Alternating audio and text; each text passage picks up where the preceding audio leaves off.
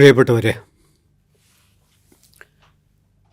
നമ്മൾ സംസാരിക്കുന്ന ഭാഷ സത്യത്തിൽ പലരും കരുതുന്നത് പോലെ അല്ലെങ്കിൽ തെറ്റിദ്ധരിക്കുന്നത് പോലെ ചില കാര്യങ്ങൾ വിനിമയം ചെയ്യാനുള്ള, ചില ആശയങ്ങൾ വിനിമയം ചെയ്യാനുള്ള മാധ്യമം മാത്രമല്ല, മറിച്ച് സൂക്ഷ്മാർത്ഥത്തിൽ അത് നമ്മുടെ ജീവിതം തന്നെയാണ്. ഭാഷയിലാണ്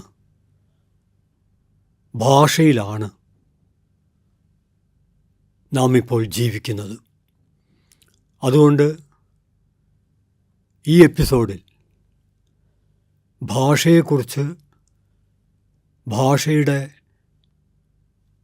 അടിസ്ഥാനമായ വാക്കുകളെക്കുറിച്ച് പ്രാഥമികമായി ചില കാര്യങ്ങൾ ആലോചിക്കുകയാണ്. മാത്രമല്ല, ഇത് ഒരു എപ്പിസോഡിൽ തുടങ്ങി അവിടെ തീരുന്നതല്ല. ആർക്കും തങ്ങളുടേതായ കാഴ്ചപ്പാടിൻ്റെ, നിലപാടിൻ്റെ അടിസ്ഥാനത്തിൽ തുടർന്നു കൊണ്ടുപോകാവുന്ന അന്വേഷണമാണ്. മുമ്പ് കാലത്ത് ഒരു വാക്കുപയോഗിക്കുമ്പോൾ നമുക്കൊരു തരത്തിലുള്ള ഉത്കണ്ഠക്കും അവകാശം ഉണ്ടായിരുന്നില്ല. ഏത് വാക്കും എങ്ങനെയും ആർക്കും ഉപയോഗിക്കാവുന്ന ഒരവസ്ഥയിലായിരുന്നു നമ്മുടെ സാഹിത്യം സാക്ഷി, നമ്മുടെ സംഭാഷണങ്ങൾ സാക്ഷി, നമ്മുടെ ഔദ്യോഗിക രേഖകൾ സാക്ഷി, സകലതും സാക്ഷി. ഭാഷ ഉപയോഗിക്കുന്നതിൽ നമുക്കൊരു പ്രശ്നവും ഉണ്ടായിരുന്നില്ല. എന്നാൽ ഇന്ന് ആ വാക്കുപയോഗിക്കാമോ, ഈ വാക്കുപയോഗിക്കാമോ, ഈ വാക്ക് സ്ത്രീ വിരുദ്ധമാവില്ലേ, ആ വാക്ക് ദളിത് വിരുദ്ധമാവില്ലേ എന്നൊക്കെയുള്ള ന്യായമായ ഉത്കണ്ഠകൾ പുതിയ കാലത്ത് ഉണ്ടായി തീർന്നിരിക്കുന്നു. അതിന് കാരണമായി തീർന്നത് നമ്മുടെ ജീവിതത്തിൽ വന്നിട്ടുള്ള വലിയ വലിയ മാറ്റങ്ങളാണ്. പ്രത്യേകിച്ചും നമ്മുടെ ജനായത്ത ബോധ്യത്തിൽ അടിസ്ഥാനപരമായ വളർച്ച ഉണ്ടായിട്ടുണ്ട്. ഒരു ഭാഗത്ത് ഭരണകൂടത്തിൻ്റെ നേതൃത്വത്തിൽ നവഫാസിസ്റ്റ് ആശയങ്ങൾ അടിച്ചേൽപ്പിക്കുമ്പോൾ അവർ അനിവാര്യമായും ഭാഷയിലും പലതരം അട്ടിമറികൾ നടത്തുന്നുണ്ട്. അത് ഒരു ഭാഗത്ത് സംഭവിച്ചുകൊണ്ടിരിക്കെ മറുഭാഗത്ത് ജനങ്ങൾക്കിടയിലെ ജനായത്തം ഇത്തരത്തിലുള്ള അട്ടിമറികൾക്കെതിരെ തങ്ങളുടേതായ ഇടപെടൽ നടത്തിക്കൊണ്ടിരിക്കുന്നുണ്ട്. ഈ ഒരു പശ്ചാത്തലത്തിലാണ് ഈ ഒരു എപ്പിസോഡിൽ 5-6 വാക്കുകൾ വിശകലനം ചെയ്യാൻ ശ്രമിക്കുന്നത്. അതിലൊന്നാമത്തെ വാക്ക് എന്ന് പറയുമ്പോൾ വിശകലന സൗകര്യത്തിന് വേണ്ടി ഞാനിവിടെ തിരഞ്ഞെടുക്കുന്ന ആദ്യത്തെ വാക്ക്, അതിന് പ്രത്യേകിച്ച് യാതൊരു ശ്രേണീപരമായ ഔന്നത്യവുമില്ല. മാത്രമല്ല, ഭാഷയെക്കുറിച്ചുള്ള, വാക്കിനെക്കുറിച്ചുള്ള ഈ ആലോചന, അന്വേഷണം എന്ന് പറയുന്നത് ശ്രേണീപരമായ അധികാരത്തെ അട്ടിമറിക്കാനുള്ള ഒരു ജനായത്ത ശ്രമത്തിൻ്റെ ഭാഗമായിട്ടാണ് കരുതുന്നത്. അതുകൊണ്ട് ആദ്യം അപഗ്രഥനത്തിന് വേണ്ടി തിരഞ്ഞെടുക്കുന്ന വാക്ക് ഇന്ത്യൻ ജനതയുടെ അഭിമാനമായ ഡോക്ടർ BR അംബേദ്കറുടെ ജീവിതവുമായി ബന്ധപ്പെട്ട അദ്ദേഹത്തിൻ്റെ ജീവചരിത്രത്തിൽ, അദ്ദേഹത്തിന് ഒന്നിലേറെ ജീവചരിത്രമുണ്ട്. ധനഞ്ജയ് കീർ എഴുതിയ ജീവചരിത്രമാണ് ഇവിടെ ആധാരമായി എടുക്കുന്നത്. ഈ ജീവചരിത്രത്തിനൊരു പ്രത്യേകതയുണ്ട്. ഇത് അംബേദ്കർ വായിച്ച ജീവചരിത്രമാണ്. ധനഞ്ജയ് കീറിന് പത്മഭൂഷൺ കിട്ടിയിട്ടുണ്ട്. അദ്ദേഹം ജ്യോതി ബഹുലയെക്കുറിച്ചും ഒരല്പം അമ്പരപ്പിക്കുന്നതാണ്, VD സവർക്കറെക്കുറിച്ചും ഒക്കെ ജീവചരിത്രപരമായ രചനകൾ നിർവഹിച്ചിട്ടുണ്ട്. വളരെ പ്രശസ്തനാണ്. പക്ഷേ അംബേദ്കറെക്കുറിച്ചുള്ള ആ ജീവചരിത്രത്തിൽ ഞാനിവിടെ അപഗ്രഥനത്തിന് വിധേയമാക്കുന്ന ഒന്നാമത്തെ വാക്ക്, അദ്ദേഹം അംബേദ്കറെ വിശേഷിപ്പിച്ചിരിക്കുന്നത് ആധുനിക മനു എന്നാണ്. അടിവര, മോഡേൺ മനു, ആധുനിക മനു. ഒന്നുകൂടി ഓർമ്മിക്കുക, ഈ ജീവചരിത്രം, തന്നെക്കുറിച്ചുള്ള ധനഞ്ജയ് കീറിൻ്റെ ജീവചരിത്രം അംബേദ്കറും വായിച്ചിട്ടുണ്ട്.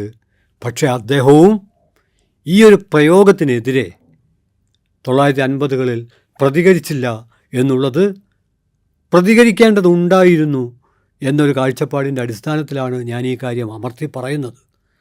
എന്തുകൊണ്ട് ഇന്ത്യൻ ഭരണഘടനയുടെ ശില്പിയായ അംബേദ്കർക്ക് ആ ഭരണഘടന രൂപപ്പെടുത്താൻ കഴിഞ്ഞത് ഇന്ത്യൻ ജാതി മേൽക്കോയ്മയുടെ ഭരണഘടനയായ മനുസ്മൃതിക്ക് അദ്ദേഹം തീ കൊളുത്തിയതുകൊണ്ടാണ്. തീ കൊളുത്തൽ എന്നുള്ളത് പ്രതീകാത്മകമായൊരു പ്രവർത്തനമാണ്. 1927 ഡിസംബർ 25 വളരെ ആഘോഷപൂർവമായിട്ടാണ്. നമ്മൾ പലരും വളരെ അലസമായി അംബേദ്കർ മനുസ്മൃതി കത്തിച്ചു എന്ന് പറയുമ്പോൾ ആ മനുസ്മൃതി ദഹനത്തിൻ്റെ രാഷ്ട്രീയവും സാംസ്കാരികവുമായ പശ്ചാത്തലത്തെക്കുറിച്ച് നമുക്ക് കൃത്യമായ ഒരു ധാരണയുമില്ല എന്ന് വ്യക്തമാണ്. അംബേദ്കർക്ക് മനുസ്മൃതി കത്തിക്കാനുള്ള പ്രചോദനം നൽകിയത് സഹസ്രബുദ്ധ എന്ന മഹാപണ്ഡിതനായൊരു ബ്രാഹ്മണനാണ്. ഞാൻ പറഞ്ഞു വരുന്നത് ആ കാലത്ത് അംബേദ്കറൈറ്റ് ബ്രാഹ്മിൻസ് എന്ന് വിളിക്കാവുന്ന ഒരു വിഭാഗം വളർന്നു വന്നിരുന്നു. ഇത്രയും ചൂണ്ടിക്കാണിക്കുമ്പോൾ ആനുഷംഗികമായി പറയേണ്ട ഒരു കാര്യമുണ്ട്. നമ്മുടെ കാലത്ത് ചിലരെങ്കിലും അടുത്ത ജന്മത്തിലെങ്കിലും ബ്രാഹ്മണനാകാൻ ആഗ്രഹിക്കുകയാണ്. അത് അംബേദ്കറൈറ്റ് ബ്രാഹ്മിൻസ് അല്ല, മറിച്ച് അംബേദ്കർ പ്രദാനം ചെയ്യുന്ന ജാതി നിർമൂലനത്തെ നിരാകരിക്കുന്ന ജാതി മേൽക്കോയ്മയുടെ നേതൃത്വ ശക്തിയാണത്. അതേക്കുറിച്ചല്ല ഇതിൽ പറയുന്നത്. അംബേദ്കർ വായിച്ചു, മനുസ്മൃതി കത്തിച്ച അംബേദ്കർ, ആഘോഷപൂർവ്വം കത്തിച്ച അംബേദ്കർ, ജാതി മേൽക്കോയ്മയ്ക്കെതിരെ നിരന്തരം പൊരുതിയ അംബേദ്കർ. ഇതേ അംബേദ്കർ തന്നെയാണ് ജാതി മേൽക്കോയ്മയുടെ പീഡനം അസഹ്യമായപ്പോൾ അദ്ദേഹം പ്രഖ്യാപിക്കുന്നുണ്ട്. ആ പ്രഖ്യാപനവും വന്നത് ഈ ജീവചരിത്രഗ്രന്ഥം എഴുതുന്നതിന് മുമ്പ് തന്നെയാണ്. 30കളുടെ പകുതിയിലാണ്. ഞാൻ ഹിന്ദുവായി ജനിച്ചു, ഞാൻ ഹിന്ദുവായി മരിക്കില്ല.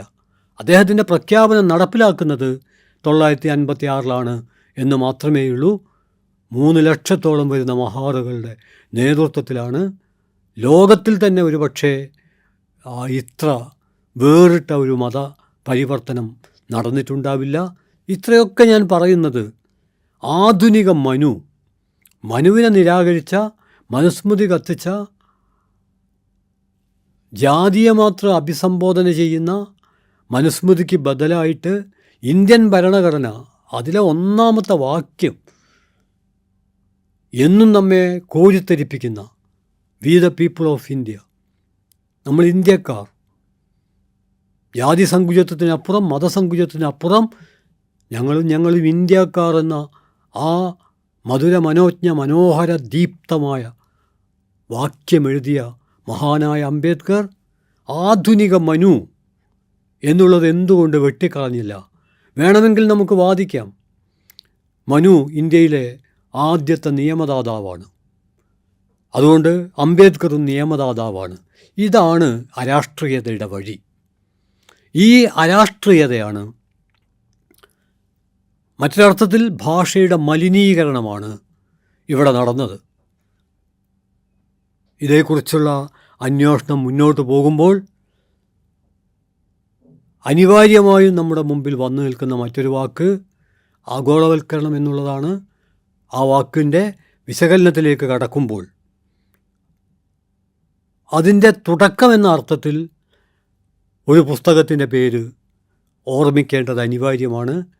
ആ പുസ്തകം globalisation unmasked, imperialism of the 21st century, James പെട്രാസും ഹെൻറി വാൾട്ടുമേറും ചേർന്ന് എഴുതിയ, ഒരുപക്ഷെ ആഗോളവൽക്കരണമെന്ന് തെറ്റായി പറഞ്ഞു പോരുന്ന സാമ്രാജ്യത്വ ഭീകരതയെക്കുറിച്ച് എഴുതപ്പെട്ട, വായിക്കുകയും ചർച്ച ചെയ്യപ്പെടുകയും ചെയ്യേണ്ട ശ്രദ്ധേയമായൊരു പുസ്തകം. ആ പുസ്തകത്തിൻ്റെ ചുരുക്കപ്പേര് ഗ്ലോബലൈസേഷൻ അൺമാസ്ക്ഡ്. മറ്റൊരർത്ഥത്തിൽ പറഞ്ഞാൽ ഗ്ലോബലൈസേഷൻ എന്ന വാക്ക് മുഖം മൂടി ധരിച്ചൊരു വാക്കാണ്. പെട്ടെന്ന് ആ വാക്ക് കേൾക്കുമ്പോൾ ദേശീയതയുടെ അതിർത്തികളൊക്കെ അപ്രസക്തമാകുന്ന, ലോകത്തിലെ മനുഷ്യരെയൊക്കെ ഒന്നായി കാണുന്ന, ലോകം മുഴുവനും ഉൾക്കൊള്ളുന്ന വിസ്തൃതമായ ഒരു വാക്ക് ആഗോളവൽക്കരണം. എന്നാൽ ഈ വാക്കിനെക്കുറിച്ച് സുകുമാർ അഴീക്കോട് ഒരിടത്ത് എഴുതിയത് ഈ സന്ദർഭത്തിൽ ഞാൻ ഓർക്കുന്നു. അദ്ദേഹം പറയുന്നത് ഗോബിൾ ചെയ്യുക എന്ന് പറഞ്ഞാൽ അപ്പാടെ വിഴുങ്ങുക, എല്ലാ മൂല്യങ്ങളെയും അപ്പാടെ വിഴുങ്ങുന്ന മൂലധന മേൽക്കോയ്മയുടെ, സാമ്രാജ്യത്വ ഭീകരതയുടെ ഭാഗമാണ് ഈ വാക്ക്. ഒരു കാര്യം കൂടി നമ്മൾ ഓർമ്മിക്കേണ്ടതുണ്ട്. സാധാരണഗതിയിൽ സാർവദേശീയത എന്ന് പറയുന്ന, ഇംഗ്ലീഷിൽ ഇൻ്റർനാഷണൽ, ആ വാക്കിൻ്റെ ഒരു തുടർച്ചയിലാണ് ഈ വാക്കിനെ പലരും കാണുന്നത്. എന്നാൽ നമുക്കറിയാം ഇത് ഇൻ്റർനാഷണലിൻ്റെ തുടർച്ചയല്ല. ഇൻ്റർനാഷണലിൻ്റെ വിപരീതമായി നമുക്ക് പറയാവുന്നൊരു വാക്കാണ് ഗ്ലോബലൈസേഷൻ. കാരണം നാഷണലിസം എന്ന് പറയുന്നത് അടിത്തട്ടിൽ നിന്ന് ഉയർന്നു വരുന്ന ലോകത്തെങ്ങുമുള്ള ജനതയുടെ സാഹോദര്യമാണ്. എന്നാൽ ഗ്ലോബലൈസേഷൻ എന്ന് പറയുന്നത് മൂലധനത്തിൻ്റെ ആജ്ഞകൾ മുകളിൽ നിന്ന് ജനങ്ങൾക്ക് മേൽ അടിച്ചേൽപ്പിക്കുന്ന ഒരു പ്രവർത്തനമാണ്. രണ്ടും തമ്മിൽ ഒരു ബന്ധവുമില്ല. സാർവദേശീയത ലോകത്തെങ്ങുമുള്ള മനുഷ്യരുടെ സാഹോദര്യമാണ് മുന്നോട്ട് വെക്കുന്നതെങ്കിൽ ഗ്ലോബലൈസേഷൻ ഭ്രാന്തമായ മത്സരമാണ്. സാർവദേശീയത ജനങ്ങൾക്കിടയിലുള്ള ജനകേന്ദ്രിതമായ, സംസ്കാരകേന്ദ്രിതമായ ബന്ധങ്ങളാണ് മുന്നോട്ട് വെക്കുന്നതെങ്കിൽ ഗ്ലോബലൈസേഷൻ, ആഗോളവൽക്കരണം വിപണി കേന്ദ്രിതമായ, മാർക്കറ്റ് സെൻറ്റേർഡ് കാഴ്ചപ്പാടാണ് മുന്നോട്ട് വെക്കുന്നത്. സാർവദേശീയത എല്ലാ തരത്തിലുള്ള സമാധാനമാണ് മുന്നോട്ട് വെക്കുന്നതെങ്കിൽ ഗ്ലോബലൈസേഷൻ ആയുധ വ്യവസായത്തിൻ്റെ യുക്തിയാണ്, അരക്ഷിതത്വമാണ്, യുദ്ധമാണ് മുന്നോട്ട് വെക്കുന്നത്. ചുരുക്കി പറഞ്ഞാൽ ആഗോളവൽക്കരണം എന്ന് പറയുന്നത് ഐക്യത്തിൻ്റെ, സൗഹൃദത്തിൻ്റെ, സാഹോദര്യത്തിൻ്റെ, സമാധാനത്തിൻ്റെ മൂല്യങ്ങളെ പരിക്കേൽപ്പിക്കുന്ന ഒരു പ്രയോഗമാണ്. അതുകൊണ്ട് യഥാർത്ഥ വാക്ക് മൂലധന ഭീകരതയെന്നോ സാമ്രാജ്യത്വ ഭീകരതയെന്നോ ആണ്. എന്നാൽ പ്രചാരം നേടിയതുകൊണ്ട്, ദൃഢപ്പെട്ടു പോയതുകൊണ്ട് ഈ വാക്ക് തന്നെ പറയാൻ നമ്മൾ നിർബന്ധിതമാവുകയാണ്. അവിടെയാണ് ജെയിംസ് പെട്രാസും അതുപോലെ തന്നെ വാൾട്ട് മെയറും പറയുന്ന ഏറ്റവും പ്രധാനപ്പെട്ട ഒരു കാര്യം. അവർ പറയുന്നത് the corruption of political language, രാഷ്ട്രീയ ഭാഷയുടെ മലിനീകരണം. The critical intellectuals today phasing the major issue എന്നവർ പറയുന്നത് കറപ്ഷൻ ഓഫ് പൊളിറ്റിക്കൽ ലാംഗ്വേജ്, രാഷ്ട്രീയ ഭാഷയുടെ മലിനീകരണമാണ്. ആ മലിനീകരണത്തിൻ്റെ ഒരു ഉദാഹരണമായിട്ടാണ് ഗ്ലോബലൈസേഷനെ നാം കാണേണ്ടത്. അതോടൊപ്പം അംബേദ്കറെ ആധുനിക മനു എന്ന് വിളിക്കുന്നതും ജാതി മേൽക്കോയ്മ മലിനമാക്കിയ ഭാഷയുടെ ഒരു നിർമ്മിതിയായിട്ട് നമുക്ക് തിരിച്ചറിയാൻ കഴിയേണ്ടതുണ്ട് എന്നാണ് ഞാൻ സൂചിപ്പിക്കുന്നത്. ഇത് ഒരു പരമ്പരയായിട്ട്, ഒരുപക്ഷെ ഇന്നത്തെ ഇന്ത്യൻ പശ്ചാത്തലത്തിൽ ഞാനിവിടെ ഇന്ത്യയെക്കുറിച്ച് പറയുമ്പോഴൊക്കെ ഉപയോഗിക്കുന്ന വാക്ക് ഇന്ത്യൻ ആണെങ്കിലും നമുക്കറിയാം ആ വാക്കും ഇന്ന് വലിയൊരു തർക്കപ്രശ്നമായി തീരുന്നുണ്ട്. ഇന്ത്യ എന്ന് പറയരുത്, ഭാരതം എന്ന് പറയണം. സത്യത്തിൽ ഇന്ത്യ എന്നും ഭാരതമെന്നും രണ്ടും പറയാവുന്നതാണ്. മലയാളത്തിൻ്റെ പ്രിയപ്പെട്ട കവി വള്ളത്തോൾ ഭാരതമെന്ന പേർ കേട്ടാൽ അഭിമാന പൂരിതമാകണം അന്തരംഗം എന്ന് പറയുമ്പോൾ അദ്ദേഹം ഭാരതം എന്ന് തന്നെയാണ് ഉപയോഗിച്ചത്. അതുകൊണ്ടത് ഉപേക്ഷിക്കേണ്ടതല്ല. പക്ഷേ നമ്മുടെ ഭരണഘടന ഇത് സംബന്ധമായി വലിയൊരു തർക്കം വന്നപ്പോൾ, നമ്മുടെ രാഷ്ട്രത്തിൻ്റെ പേരെന്തായിരിക്കണം എന്നതിനെക്കുറിച്ചുള്ള വലിയ തർക്കം വന്നപ്പോൾ വോട്ടിനിട്ടപ്പോൾ ഭാരതത്തിനെതിരെ ഇന്ത്യക്കാണ് കൂടുതൽ വോട്ട് കിട്ടിയത്. പക്ഷേ എന്നിട്ടും ഇന്ത്യ എന്ന ഭാരതം, അതുകൊണ്ട് രണ്ട് വാക്കും പറയാവുന്നതാണ്. എന്നാൽ ഭാരതം എന്ന് മാത്രമേ പറയാവൂ എന്ന് ഒരു കാഴ്ചപ്പാട്, ആ കാഴ്ചപ്പാട് നേരത്തെ ചൂണ്ടിക്കാണിച്ച ജാതി മേൽക്കോയ്മയുടെ ഭാഗമാണ്. കാരണം ഭരതൻ എന്ന രാജാവിനെ മതപരമായോ അല്ലാതെയോ ആദരിക്കുന്നവർക്ക് ആദരിക്കാവുന്നതാണ്. എന്നാൽ ആദരിക്കാനുള്ള അത്ര തന്നെ അവകാശം അതിനെ വിമർശിക്കാനും അതിൽ നിന്ന് വ്യത്യസ്തമായ കാഴ്ചപ്പാട് നമ്മുടെ രാഷ്ട്രത്തെക്കുറിച്ച് പുലർത്താനും അവകാശമുണ്ട്. അതുകൊണ്ട് ഭാരതം, ഇന്ത്യ എന്നുള്ളത് കേവലമായ രണ്ട് വാക്കുകളുടെ മൽപ്പിടുത്തത്തിൻ്റെ പ്രശ്നമല്ല, അതൊരു മനോഭാവത്തിൻ്റെ, നിലപാടിൻ്റെ പ്രശ്നമാണ്. ജാതി മേൽക്കോയ്മക്ക് ഇന്ത്യ എന്ന് പറയുമ്പോൾ നമുക്കറിയാം, സിന്ധു നദി, അതിൽ നിന്ന് രൂപപ്പെട്ടു വന്നൊരു വാക്ക്, അതിലൊരു ആർദ്രതയുണ്ട്. ഭാരതം എന്ന് പറയുമ്പോൾ നമുക്കറിയാം, അതൊരു രാജാവ്. ജനാധിപത്യത്തെ സംബന്ധിച്ചിടത്തോളം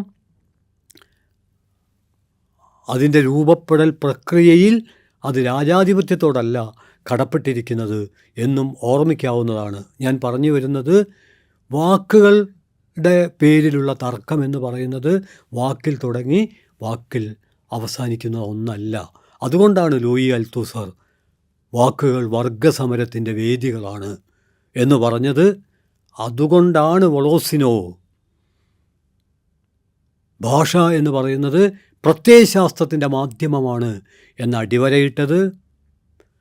അതുകൊണ്ടാണ് വൈഗോട്ടസ്കി ഒരു വാക്ക് തന്നെ ഒരു സിദ്ധാന്തമാണ് എന്ന് അർത്ഥശങ്കക്കിടയില്ലാതെ പ്രഖ്യാപിച്ചത്. അതുകൊണ്ടാണ് എറിക് ഹോബ്സ്ബോം ഒരു കാലഘട്ടത്തെക്കുറിച്ച് ചരിത്രരേഖകളേക്കാൾ ഉച്ചസ്ഥരം ശബ്ദായമാനമായി പ്രഖ്യാപിക്കുന്നത് വാക്കുകളാണ് എന്ന് പറഞ്ഞത്. ആലോചിച്ചാൽ ഈ പറഞ്ഞ കാര്യങ്ങളൊക്കെ ഭാഷയെക്കുറിച്ചുള്ള അന്വേഷണത്തിൽ വളരെ പ്രസക്തമാണ് എന്ന് കാണാൻ പറ്റും. 3 വാക്കുകളാണ് ഇവിടെ വിശകലന വിധേയമാക്കിയത്. ഇനി ഒരു വാക്കുകൂടി പറഞ്ഞുകൊണ്ട് ഈ അവതരണം അടുത്ത എപ്പിസോഡിലേക്ക് തുടരാം എന്ന ഒരു കാഴ്ചപ്പാടിൽ തൽക്കാലം അവസാനിപ്പിക്കാൻ കഴിയും എന്നാണ് പ്രതീക്ഷിക്കുന്നത്. ഈ വാക്ക് ഞാൻ പറയുന്നത് ഒരു യാത്രയുടെ മധ്യേ കണ്ട ഒരു കാഴ്ചയുടെ അടിസ്ഥാനത്തിലാണ്. 2 യാത്രകൾ ഒന്നിച്ചാണ് പരാമർശിക്കുന്നത്. ആദ്യത്തെ യാത്ര എന്നൊക്കെ കേൾക്കുമ്പോൾ വിദേശ രാജ്യങ്ങളിലേക്കൊക്കെ പോയെന്ന് വിചാരിക്കും. അല്ല, അപ്പോൾ വിചാരിക്കും കേരളത്തിന് പുറത്തേക്ക് പോയിട്ടുണ്ടാവും. ഒരിക്കലും ഇല്ല. നമ്മളുടെ ഈ പരിസര പ്രദേശത്ത് നടത്തിയൊരു യാത്രയിൽ, തൃശ്ശൂർക്കുള്ളൊരു യാത്രയിൽ, ഒരു സ്ഥലത്തെത്തിയപ്പോൾ ഒരു ഹോട്ടലിൻ്റെ പേര് മീനോളജി. ഒന്നുകൂടി ആവർത്തിക്കുന്നു, മീനോളജി. സോളജി, ബയോളജി, ഇങ്ങനെ പല വാക്കുകൾ നമുക്ക് പരിചിതമാണ്. എന്നാൽ ഒരുപക്ഷെ മലയാളത്തിൽ മീനുമോളജിയും ചേർന്നിട്ട് മീനോളജി എന്നൊരു വാക്ക് ആദ്യമായിരിക്കുമെന്ന് ഞാൻ വിചാരിക്കുന്നു. ആ ഹോട്ടലിൻ്റെ പേര് ഒരു സാംസ്കാരിക പ്രവർത്തകൻ എന്ന നിലയിൽ ഒരു അപഗ്രഥനത്തിന്, അന്വേഷണത്തിന് വിധേയമാക്കേണ്ടതുണ്ട് എന്നെനിക്ക് തോന്നി. ആ തോന്നലിൻ്റെ മാനദണ്ഡം എന്ന് പറയുന്നത് 1935 കേരളത്തിൻ്റെ നവോത്ഥാന പ്രതിഭ എന്ന് വെറുതെ പറഞ്ഞാൽ പോരാ. Allopathy doctor, homeo doctor, Ayurveda doctor, കവി, നാടകകൃത്ത്, പത്രപ്രവർത്തകൻ, ഏറ്റവും അടിസ്ഥാന ജനവിഭാഗത്തിൻ്റെ സാമൂഹ്യ മോചനത്തിന് വേണ്ടി നിരന്തരം പ്രവർത്തിച്ച ഡോക്ടർ വേലുക്കുട്ടി അരയൻ. ആ വേലുക്കുട്ടി അരയൻ 1935 മത്സ്യവും മതവും എന്ന പേരിൽ അമ്പലപ്പുഴ ശ്രീകൃഷ്ണവിലാസം മഠത്തിൽ ഒരു പ്രഭാഷണം നടത്താൻ നിർബന്ധിതനായി. അത് ലഘുലേഖയായി അച്ചടിച്ച് വന്നിട്ടുണ്ട്. മലയാളി അനിവാര്യമായും വായിക്കേണ്ട. നേരത്തെ ഞാൻ ജെയിംസ് പെട്രാസിൻ്റെയും ഹെൻറി വെൽട്ടുമെയറുടെയും പുസ്തകത്തെക്കുറിച്ചാണ് ആ വിധം പറഞ്ഞതെങ്കിൽ, ഇത് കേരള നവോത്ഥാനത്തെക്കുറിച്ച് പഠിക്കുന്നവർ അനിവാര്യമായും വായിക്കേണ്ട ചെറിയൊരു ലഘുലേഖ. അത് അദ്ദേഹം നടത്തിയ പ്രസംഗമാണ്. അത് അച്ചടിച്ച് പ്രസിദ്ധീകരിക്കപ്പെട്ടിട്ടുണ്ട്. മത്സ്യവും മതവും. അത്തരമൊരു പ്രബന്ധം അദ്ദേഹം എഴുതാൻ, പ്രഭാഷണം അദ്ദേഹം നിർവഹിക്കാൻ ഇടയായത് മത്സ്യം പിടിക്കുന്നത് തൊഴിലാക്കിയവരെ അന്നത്തെ ജാതി മേൽക്കോയ്മ ആക്ഷേപിച്ചത്, എന്തിന് വേലുക്കുട്ടി ആര്യനെ പോലും ആക്ഷേപിച്ചത് മീൻ കൊല്ലി എന്ന് വിളിച്ചുകൊണ്ടാണ്. കൗതുകകരമായൊരു കാര്യം, തകഴി ശിവശങ്കരപ്പിള്ളയുടെ മലയാളത്തിൻ്റെ അഭിമാനമാണ് അദ്ദേഹത്തിൻ്റെ ഏറെ പ്രശസ്തമായ ചെമ്മീൻ എന്ന നോവൽ. ആ നോവൽ സൂക്ഷ്മമായി വായിച്ചാൽ നമുക്ക് ഞാൻ ഈ പറയുന്ന കാര്യം, ഈ പ്രഭാഷണം ചെമ്മീനെക്കുറിച്ചല്ലാത്തതുകൊണ്ട് അതിലേക്ക് കടക്കുന്നില്ല. പക്ഷേ മീൻ പിടിച്ച് കിട്ടുന്ന പണം നല്ല പണമല്ല. കാരണം ഒരു ചെറിയ കൊലപാതകമാണല്ലോ ഈ മത്സ്യം പിടിക്കുന്നവർ നടത്തുന്നത് എന്നൊക്കെയുള്ള ചെമ്മീനിലെ പരാമർശങ്ങൾ അത് പെട്ടെന്ന് ഓർത്തു എന്നേ ഉള്ളൂ. പറഞ്ഞു വരുന്നത്, മീൻ കൊല്ലി അവർക്ക് ക്ഷേത്രത്തിൽ പ്രവേശനം അനുവദിക്കാൻ പാടില്ല. ഈ പശ്ചാത്തലത്തിലാണ് മതത്തിന് മീനുമായുള്ള ബന്ധം വേലുക്കുട്ടി ആര്യൻ വളരെയേറെ വിശദമാക്കുന്നത്. അങ്ങനെ ആക്ഷേപിക്കപ്പെട്ട ഒരു വാക്കായിരുന്നു അന്ന് മീനും. എന്നാൽ 2025 തൃശ്ശൂരിൽ, 2025 ഈ ഹോട്ടൽ തുടങ്ങിയത് എന്ന് കൃത്യം അറിയില്ല, എന്തായാലും പുതിയ കാലത്തെ ഇങ്ങനൊരു ഹോട്ടലിന് തുടങ്ങാനാവൂ. അതാണ് മീനോളജി എന്ന വാക്ക്. ആ വാക്കിന് ചിറകുകളുണ്ടെന്ന് ഞാൻ വിചാരിക്കുന്നു. ജാതി മേൽക്കോയ്മയുടെ സങ്കുചിത ലോകത്ത് നിന്ന് മാനവികതയുടെ വിസ്തൃത ലോകത്തിലേക്ക് പറന്നെത്തിയ വിസ്മയകരമായ ഒരു പദചേരുവ, അതാണ് മീനോളജി. മറ്റൊരു യാത്ര വയനാട്ടിലേക്കുള്ള യാത്രക്കിടയിലാണ്. ചൂരൽമല തട്ടുകട ജീവിതമാർഗം. കുറച്ച് നീണ്ട പേരാണ്, പക്ഷേ നമുക്കറിയാം ഉരുൾപൊട്ടലിനെ തുടർന്ന് എല്ലാം നഷ്ടപ്പെട്ടൊരു ജനത. ആ ജനത അതിജീവനത്തിൻ്റെ ഒരു വലിയ ചുവടുവെപ്പ്, ആ ചുവടുവെപ്പിൻ്റെ വീര്യമാണ് ആ തട്ടുകടയുടെ പേരിൽ ചൂരൽമല ജീവിതമാർഗം തട്ടുകട അതിലുള്ളത്. ഈ ഒരു എപ്പിസോഡിൽ 4-5 വാക്കുകൾ മാത്രമേ വിശകലനം ചെയ്തിട്ടുള്ളൂ. ഇതിലൊരു സങ്കീർണമായ പ്രശ്നമുണ്ട്. അത് മറ്റൊന്നുമല്ല, നമ്മൾ കവിതയിൽ, നാടകത്തിൽ, സിനിമയിൽ, ഇനി എന്തിന് പുസ്തകത്തിന് പേരിടുമ്പോൾ, നമ്മൾ സംസാരിക്കുമ്പോൾ ഒക്കെ വാക്ക് എന്നത്, ഞാൻ തുടക്കത്തിൽ പറഞ്ഞു, ആശയവിനിമയത്തിനുള്ള വെറും ഉപാധിയല്ല, മറിച്ച് അത് ആശയം വിനിമയം ചെയ്യും, മറ്റു ചിലപ്പോൾ അത് ആശയം ഒളിപ്പിക്കും. വേറെ ചില സന്ദർഭങ്ങളിൽ ഉച്ചരിക്കുന്ന വാക്ക് നമ്മളെ തന്നെ ഒറ്റിക്കൊടുക്കും. അതിലുപരി ഇന്നുയർന്നു വന്ന ഒരു പ്രശ്നമുണ്ട്, അതും വളരെ പ്രധാനപ്പെട്ടതാണ്. അത് പൊളിറ്റിക്കൽ കറക്റ്റ്നെസ്. നമ്മൾ ഉച്ചരിക്കുന്ന വാക്ക്, നമ്മൾ എഴുതുന്ന വാക്ക്, നമ്മൾ അവതരിപ്പിക്കുന്ന പരികൽപ്പനകൾ, അത് രാഷ്ട്രീയമായി എത്രമാത്രം കൃത്യമാണ്. നമ്മുടെ തെറിപ്പദങ്ങൾ തൊട്ട് നമ്മളുടെ അഭിനന്ദന പദങ്ങൾ തൊട്ട് ഒരുപാട് കാര്യങ്ങൾ വിശദമായി അപഗ്രഥിക്കേണ്ടതുണ്ട്. അത് അടുത്ത എപ്പിസോഡിൽ തുടരാം എന്ന പ്രതീക്ഷയിൽ അഭിവാദ്യങ്ങൾ അർപ്പിച്ചുകൊണ്ട് അവസാനിപ്പിക്കുന്നു. അഭിവാദ്യങ്ങൾ.